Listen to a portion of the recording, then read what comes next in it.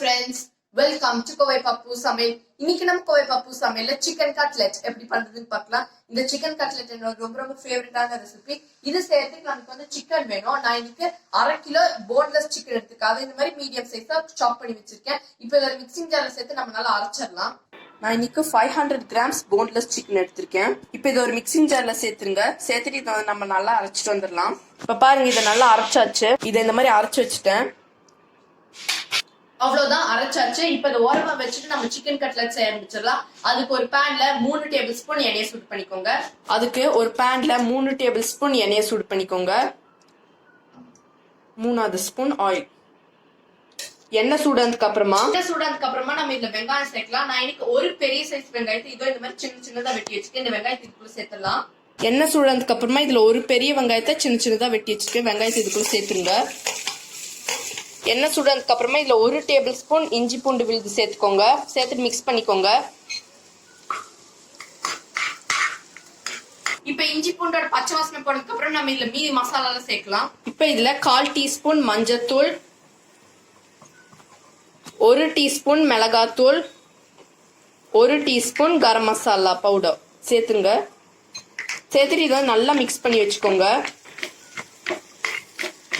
இப்ப இதுல நம்ம அரைச்சு வச்சிருக்கிற சிக்கனை சேர்த்து நல்லா மிக்ஸ் பண்ணிடலாம். இந்த சிக்கன் இதுக்குள்ள சேர்த்துடலாம். இப்ப நம்ம அரைச்சு வச்சிருக்கிற சிக்கனை சேர்த்துருங்க.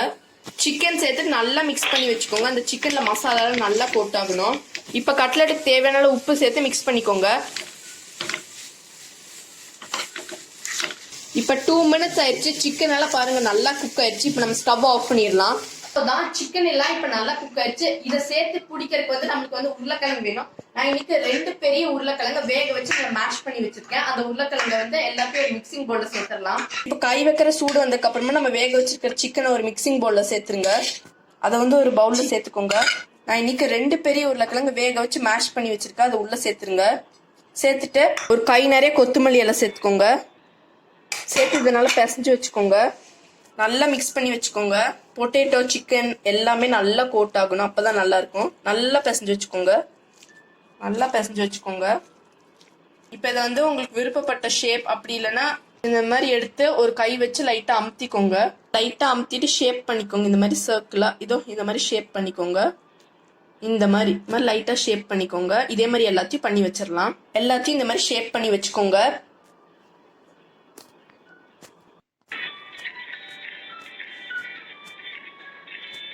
அவ்வளவுதான், எல்லாத்தையும் இந்த மாதிரி ஷேப் பண்ணி வச்சுட்டேன்.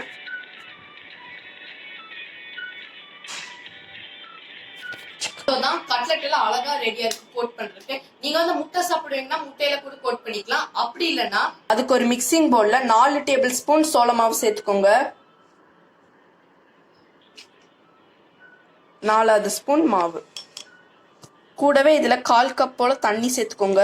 சேர்த்து நல்லா மிக்ஸ் பண்ணி வச்சுக்கோங்க. இதை வந்து நல்லா மிக்ஸ் பண்ணி வச்சுக்கோங்க. இந்த மாதிரி ரொம்ப தண்ணியாவும் இருக்கக்கூடாது, ரொம்ப கெட்டியாவும் இருக்கக்கூடாது. நார்மலா இருக்கணும். நம்ம வச்சிருக்கோம்ல கட்லெட், அந்த கட்லெட்டை நம்ம சேர்த்து வச்சிருக்கோம்ல கார்ன்ஃபிளவர் மாவுல அது 2 டைம் டிப் பண்ணிக்கோங்க. இந்த மாதிரி கூடவே 1 கப் பிரெட் கிரம்ஸ் எடுத்திருக்கேன். அந்த பிரெட் கிரம்ஸ்ல லைட்டா புரட்டி எடுத்துக்கோங்க. பிரெட் கிரம்ஸ்ல லைட்டா புரட்டி எடுத்து வச்சிடலாம். இதே மாதிரி எல்லாத்தையும் பண்ணி வச்சுக்கோங்க. பண்ணிட்டு இப்போ லாஸ்ட் பீஸ் கட்லெட் அதே மாதிரி அந்த சோள மாவு தண்ணியில கோட் பண்ணிக்கோங்க. அப்புறம் பிரெட் கிரம்ஸ்ல 2-3 டைம் புரட்டி எடுத்துக்கோங்க. அவ்வளவுதான், புரட்டி எடுத்துட்டு வச்சிடலாம். அவ்வளவுதான், எல்லா கட்லெட்டும் அழகா கோட்டாக ரெடியா இருக்கு. பாருங்க கட்லெட் எல்லாம் அழகா கோட் பண்ணியாச்சு. அவ்வளவுதான், கட்லெட் எல்லாம் அழகா கோட் ஆயிடுச்சு. நீங்க வந்து நிறைய எண்ணெய் சேர்த்து டீப் ஃப்ரையும் பண்ணிக்கலாம். அப்படி இல்லைன்னா கொஞ்சம் எண்ணெய் சேர்த்து ஷாலோ ஃப்ரையும் பண்ணிக்கலாம். நம்ம இன்னைக்கு ஷாலோ ஃப்ரை எப்படி பண்றதுன்னு பார்க்கலாம். கட்லெட்ஸ்க்கு எப்பவுமே ஷாலோ ஃப்ரை வந்து நல்லா இருக்கும். அது வந்து நல்லா கிறிஸ்பியா இருக்கும். இப்போ வந்து இதை நம்ம பொரிச்சு எடுத்துடலாம். பேன்ல கொஞ்சமா எண்ணெயை சூடு பண்ணிக்கோங்க. எண்ணெய் சூடுனதுக்கு அப்புறமா ஒரு கட்லெட்டை வச்சு ஃப்ரை பண்ணி எடுத்துடலாம். ஒரு 4 கட்லெட் வச்சுட்டேன். கொஞ்சம் கொஞ்சமா சேர்த்து பொரிச்சு எடுத்துக்கோங்க. கொஞ்சம் நல்லா கிறிஸ்பி ஆகிற வரைக்கும் பொரிச்சுக்கோங்க. அவ்வளவுதான், 2 சைடும் நல்லா கோல்டன் ப்ரௌன் ஆயிடுச்சு. இப்போ நம்ம ஸ்டவ் ஆஃப் பண்ணிட்டு இது சர்வ் பண்ணிடலாம்.